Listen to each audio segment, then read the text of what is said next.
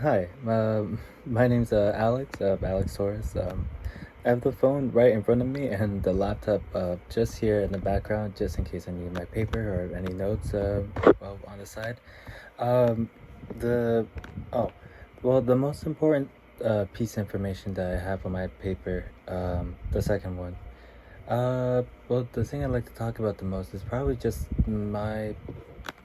just my personal opinion on the as to which theory I like the most. Uh, uh, I'm not aware of whether or not you read my paper at first, or if you're watching this video first. I believe you read the paper first that I wrote. So my personal preference, honestly, I decided to wrote and well choose as well that the second theory, I forgot the name of it as well. It's the second one, not the hypodermic needle theory. It is the long one, the reception theory of mass communication. That I wrote it down as a moral standpoint, but also just as a human ethical kind of just I guess just like a normal logical base kind of idea.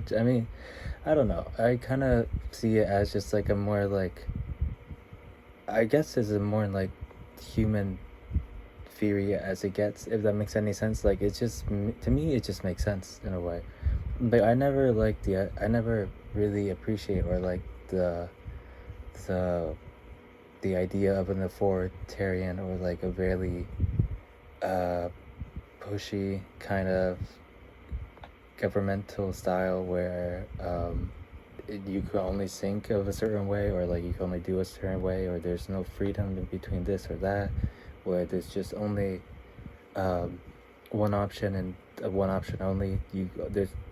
The idea of just only picking. I don't not only I don't like the fact that there's the idea of options being limited, but I also don't like the idea of just you're being forced to pick these options, if that makes any sense. And I believe that could be like my one of the reasons why I don't really prefer or really choose the hypodermic needle. Sorry, I feel like I pronounced the hypodermic hyper. I feel like there's another way to pronounce it. I actually never searched up how do you pronounce it or say it. But yes, that's one of the reasons why I never really uh, preferred that theory. Um, and from just me as a completely biased standpoint, I don't know. The second theory is kind of just. I mean, the first theory that is like a whole other authority based kind of process where like it takes a lot of like steps and I guess you could say planning and control in order to make your audience or target or public whatever to only think or react or to even like comprehend in a certain way. But uh, the second theory, it's kind of very loosely and kind of almost naturally in a way where it's almost just very I guess natural is the best way to put it, because is the theory itself is mainly depending on the individual, or at least the community or culture that the individual or group of people is like living in or based off of. Because even a person that was born in one country, like country A, moves to country B and they heard this certain news, they can still react a certain way and think differently regardless of everyone else due to their uh, I guess cultural ties and their whole background history and I guess it also does depend on the person's memory, on how much they remember and how much it truly affects them mentally. Because at the end of the day, it all depends on how much it all affects them. Well, again, mentally, on how much it truly sways their decision making.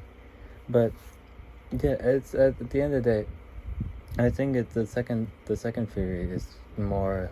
It's kind of more of like a. It's just more of like just a really natural kind of sounding bass where just there's little to no uh uh, forcefulness into the whole how do I put this? And there's no forcefulness into how the people think. It's just based very loosely into um, how do I say it? It's like you throw in the news or the